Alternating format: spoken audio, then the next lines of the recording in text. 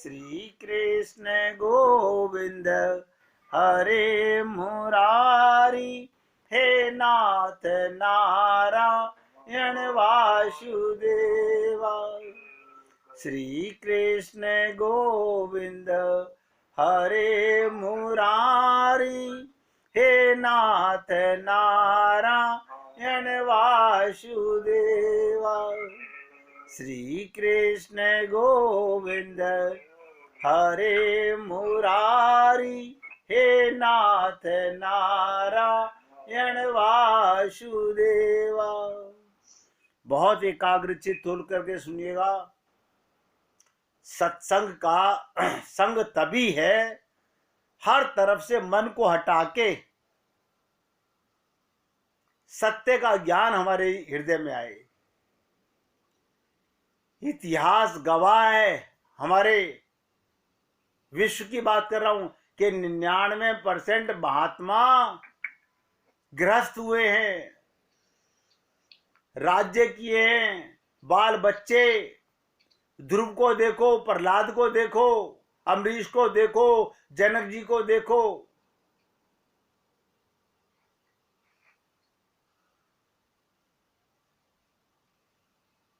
लेकिन उनमें ऐसी क्या विशेषता थी कि गृहस्थ में रहकर राज्य चला रहे हैं, अब भगवान के भक्त हैं। उनमें एक विशेषता थी जो हम में नहीं है। संसारी कामना का तो प्रश्न ही नहीं, उनकी तो पारमार्थिक कामना भी पूर्ण हो चुकी। बचपन में ध्रुव ने भगवत प्राप्ति कर ली। भक्त प्रहलाद तो मां के गर्भ में भगवत प्राप्ति करके आए थे और उसके बाद राज्य किया। हम लोग भी रहे होंगे भक्त प्रहलाद के समय, क्योंकि इस पृथ्वी पे सबसे बड़ा राज्य भक्त प्रहलाद ने किया है।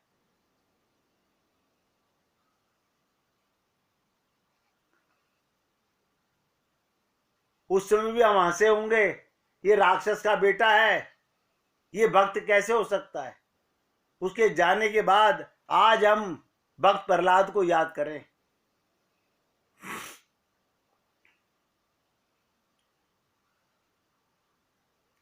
हमारे मन में आता ये काय का महापुरुष है, हम समझ ही नहीं पाएंगे। महापुरुष के कोई सिंग नहीं निकले होते हैं, कोई 4 आंखें नहीं होती हैं। जब भगवान ही हमारे शरीर में आते हैं, हम भगवान को भगवान मानने को तैयार नहीं होते। हाँ, हमारी शारीरिक सांसारिक कामनाएं पूर्ण हो जाएं तो हम कहते हैं सिद्ध महापुरुष है। जब भक्त प्रहलाद के लिए नरसिंह अवतार हुआ, सोचिएगा, उससे पहले तो नरसिंह अवतार हुआ नहीं। जब नरसिंह अवतार भक्त के लिए हुआ, भक्त के लिए क्या, भक्त के वचन पर हुआ, तो वहां पर ब्रह्मा भी मौजूद थे, लक्ष्मी भी मौजूद थी, शंकर भी मौजूद थे, देवता भी मौजूद थे। भगवान के नरसिंह रूप को देखकर किसी की भगवान के सामने जाने की हिम्मत नहीं पड़ी। सबने क्या कहा, भैया ये अवतार तो तेरे लिए हुआ है, तू ही जा। और भक्त प्रहलाद भगवान के पास गया, भगवान उठा करके अपनी जीवा से चाटने लगे। ये बाल भाव है। आप और हम लोग अपने विवेक से जीते हैं, बाल भाव से नहीं जीते। भगवान के सामने भगवान कब मिलेंगे, जब हम बाल भाव में आएंगे।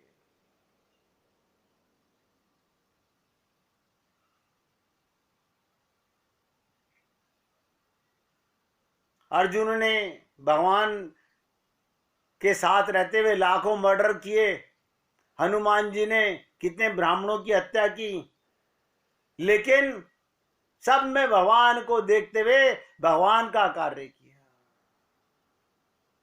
ये क्या, कौन सा रहस्य था? ये अगर हम सब लोग गांठ मार लें, ध्यान दो, तो तुरंत भगवत प्राप्ति हो जाए, अभी इसी पल। वो कैसे? भगवान ने गीता के 8वें अध्याय का 7वां श्लोक,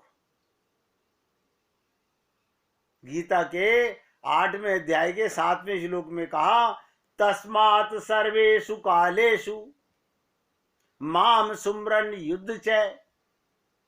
संसार के सारे कर्म करो, बस 24 घंटे। तस्मात् सर्वेषु कालेषु, मेरा सुमिरन और संसार का काम युद्ध है। हम नहीं समझ पा रहे। संसार का कार्य जो हम करते हैं वो युद्ध है। और अर्जुन युद्ध करता हुआ भी भगवान को याद करता था। हनुमान जी जब गदा चला रहे हैं, जय श्री राम, बताओ, सामने वाले को मार रहे हैं? मार नहीं रहे, राम का कार्य कर रहे हैं।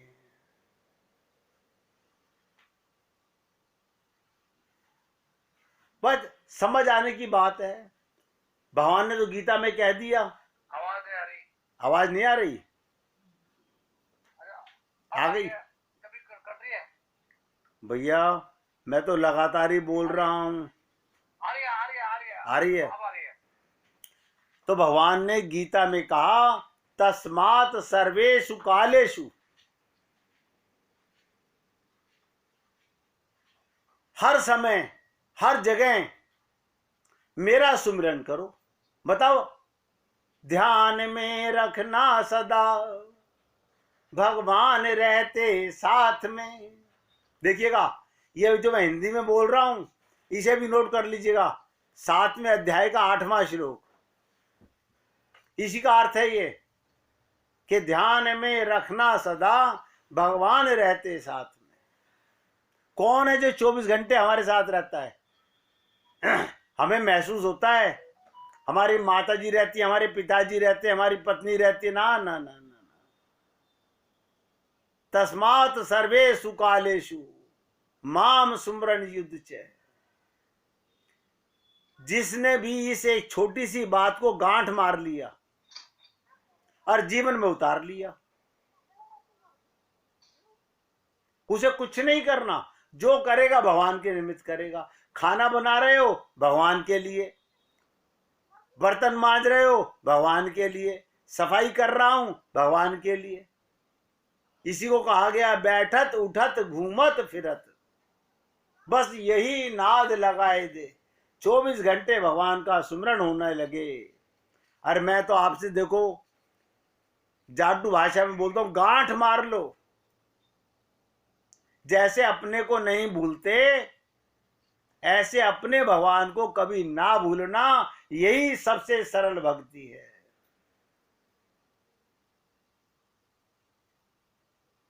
भगवान ने यही कहा। शरणागति क्या होती है? और भगवान ने कहा ना, माम सुमिरन, मेरा सुमिरन, मेरा सिमरन, मेरा ध्यान, मेरा आभास अपने साथ करते रहो, यही शरणागति है। वो ये कहना शरणागति नहीं। बहुत से लोग क्या करते हैं, गुरु पूर्णिमा आई, गुरु पूर्णिमा पे गुरु जी के पास चले गए, हम आपकी शरणागति में।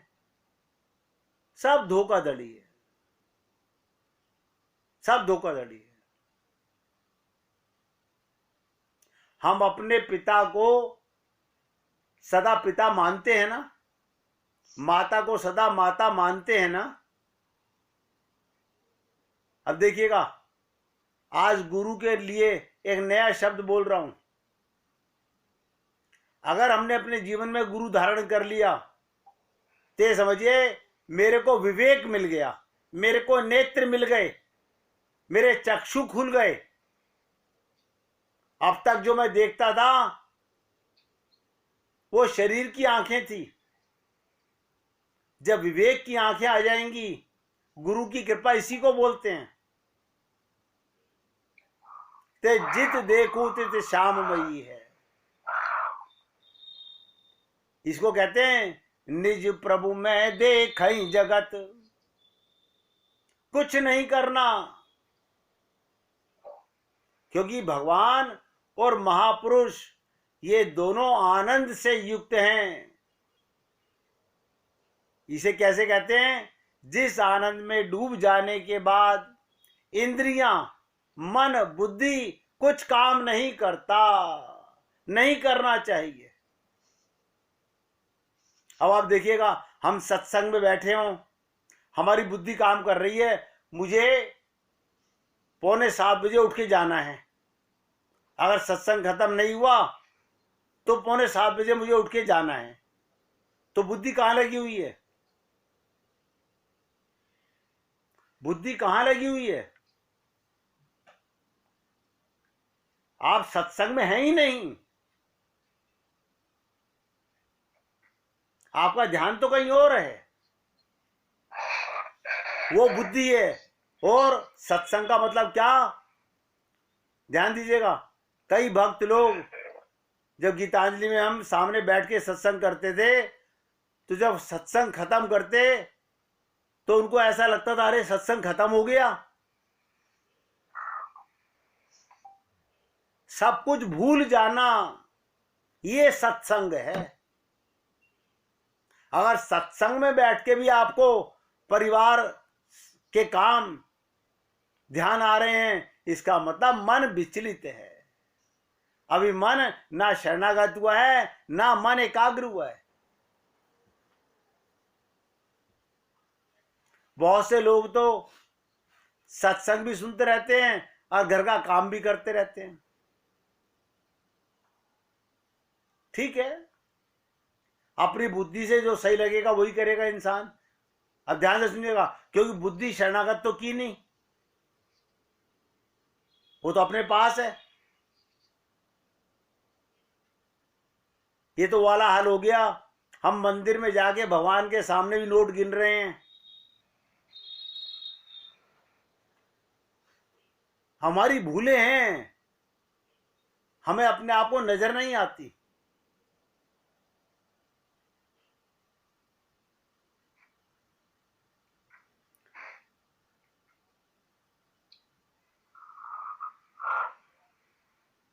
अपने प्रभु की, प्रियतम की याद, उसके लिए तड़प। जैसे मैंने आपको कहा, किसी का बच्चा खो गया और 2-3 दिन बाद अचानक वो मिल जाए, तो माँ उस बच्चे को कितना चिपटा के सुख मानती है। मन इंद्रियों की गति बंद हो जाती है। आप सोचिए, ये तो शारीरिक संबंध की बात है। वो प्रेमानंद, दिव्यानंद मिल जाए, अनलिमिटेड अनंत मात्रा का। ये जितने भी महापुरुष हुए हैं, इन सबको भगवान सब प्रकार के कर्म कर रहे हैं। इनके ये सब कर्म करते हैं, राजस भी करते हैं, तामस भी करते हैं, सात्विक भी करते हैं। कैसे करते हैं?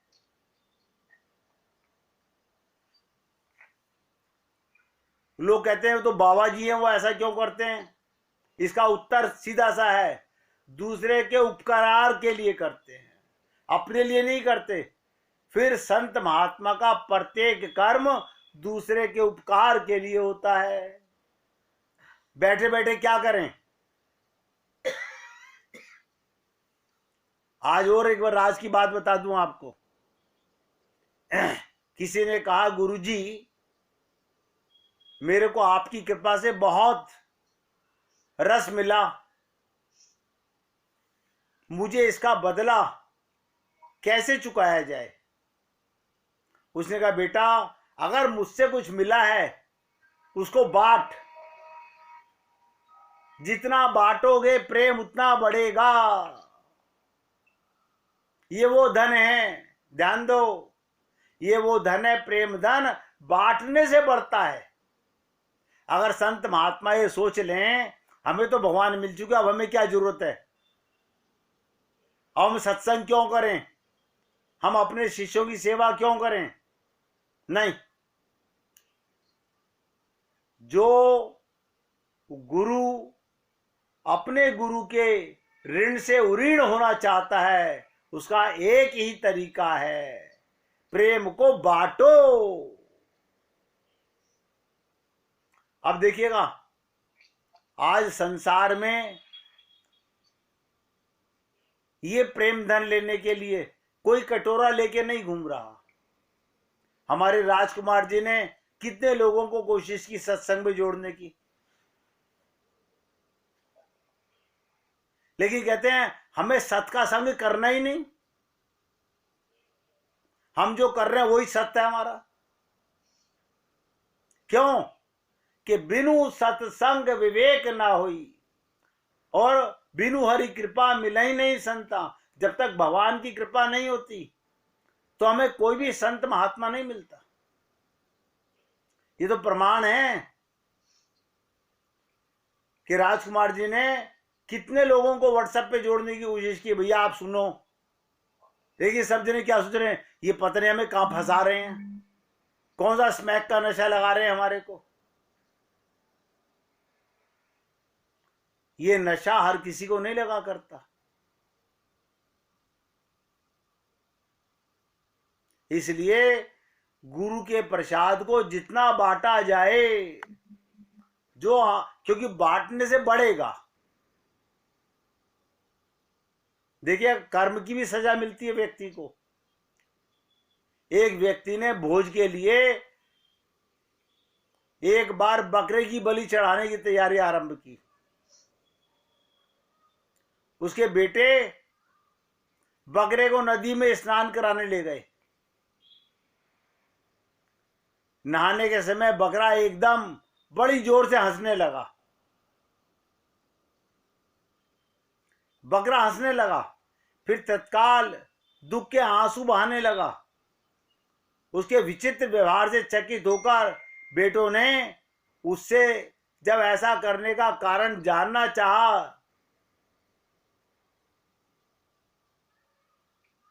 वो बकरा बोलता भी था। बकरा क्या बोला, ये राज मैं तुम्हें नहीं बताऊंगा,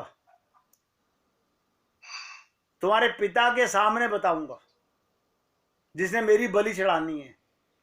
व्यक्ति के सामने बकरे ने यह बताया कि उसने भी एक बार, क्या बताया उसने भी एक बार एक बकरे की बलि चढ़ाई थी।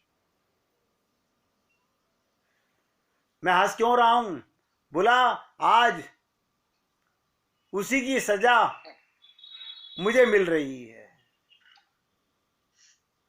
तब से 499 जन्मों में उसका गला काटा जा चुका है। उसने बताया 499 जन्म मेरे को याद हैं कि मेरी गर्दन कट चुकी है, और अब उसका गले कटने के अंतिम बारी है।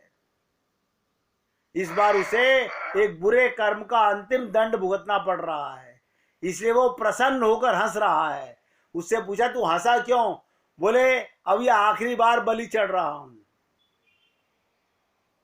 किंतु वो दुखी होकर इसलिए रोया कि अगली बार से तुम्हारे भी सर 500 बार कटने के लिए तैयार रहिएगा लाला।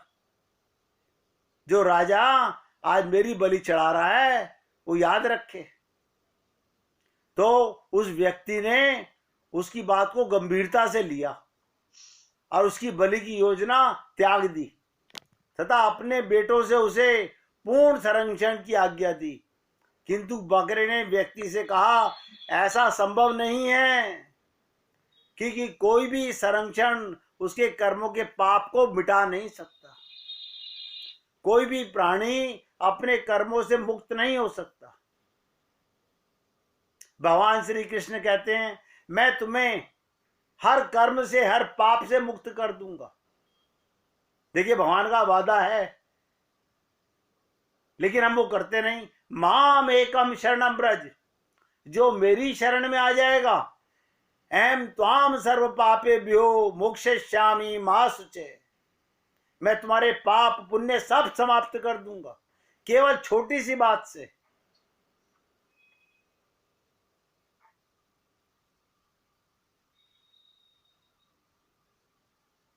कोई भी व्यक्ति जब तक शरणागत नहीं होगा, लोग वक्त दान तो करना चाहते हैं, मन का दान नहीं करते। जो करने की चीज है वो तो लगाते नहीं। जब बेटों ने उस बकरे को ले जाकर उसे एक यथोचित स्थान पर पहुंचा जा रहे थे, तभी रास्ते के किनारे पर एक पेड़ की शाखा पर नर्म नर्म पत्तों को देखकर जो ही बकरे ने अपना सिर ऊपर किया, तभी एक वज्रपात हुआ और पेड़ के ऊपर पहाड़ी पर स्थित एक बड़े चट्टान ने उसकी गर्दन काट के टुकड़े कर दिए। उसकी बलि तो चढ़नी थी, तुमने नहीं चलाई तो भी कर्म का फल तो उसे भोगना ही पड़ेगा। पलक झपकते उसका सर धड़ से अलग हो गया। हम लोगों को ये शिक्षा लेनी चाहिए। जाने अनजाने में हमसे पापी तो हुए होंगे, अरे इससे बड़ा और पाप क्या होगा कि जिस को पाने के लिए देह मिली, हम उसके साथ ही छल कपट कर रहे हैं। हम प्रभु जी आपके लिए सत्यनारायण भगवान की पूजा कर लेंगे, हम आपके लिए ये व्रत कर लेंगे, हम आपके लिए दान कर देंगे। भगवान कह रहे हैं दान करना है तो अपने मन बुद्धि का दान करो। वो हम करते नहीं। क्यों? हम भगवत प्राप्ति करना नहीं चाह रहे। मैंने आज शुरू से लेकर अब तक यही बात आपसे कही कि जो बोरा डूबन डरा रहा किनारे बैठ। भगवान कब मिलते हैं? जब मैं नहीं रहूंगा। मैं नहीं रहने का मतलब फिर भगवान रहेंगे। जब तक भक्त और भगवान रहेंगे तब तक भक्ति नहीं होगी। भक्ति का मतलब होता है भगवान का नीचे आना और भक्त का ऊपर चढ़ना, यानी अपने को भूल जाना, मिटा देना, शून्य हो जाना, अनहद में विश्राम। इसी को बोलते हैं कि जात हमारी ब्रह्म है और मात पिता है राम, गृह हमारा शून्य में अनहद में विश्राम। देखिए भैया, मैं आपकी सेवा यही चाहता हूं, आखिरी सांस तक करता रहूं। लेकिन आप भी अपने आप पर जरूर प्रयत्न कीजिए। मौका बहुत गंभीर मिला हुआ है। आपको नहीं पता, एक एक भक्त सत्संग सुनने वाला ध्यान से वो 1,00,000 भक्तों के बराबर होता है। बस एकाग्रता की जरूरत है। समय पूरा दे रहे हैं तो एकाग्रता पूरी कीजिए और भगवान की और जिनको आप अपना गुरु मानते हैं उनकी शरणागति पूर्ण कीजिए। निवेदन यही करूंगा मैं आपसे। अब 1 मिनट की धुन लगाएंगे। गोविंद गोविंद गोपाल भज मन गोविंदा, गोविंद गोविंद गोपाल भज मन गोविंदा, गोविंदा गोपाला, गोविंदा गोपाला, गोविंद गोविंद गोपाल भज मन गोविंदा, गोविंद गोविंद गोपाल भज मन गोविंदा, गोविंदा गोपाला, गोविंदा गोपाला। बोलिए वृंदावन बिहारी लाल की जय। जय जय श्री राधे, जय जय जय श्री राधे। बोलिए लाल जी का मंगल हो, सभी भक्तों का मंगल हो। सबको राधे राधे भैया, सबको राधे राधे।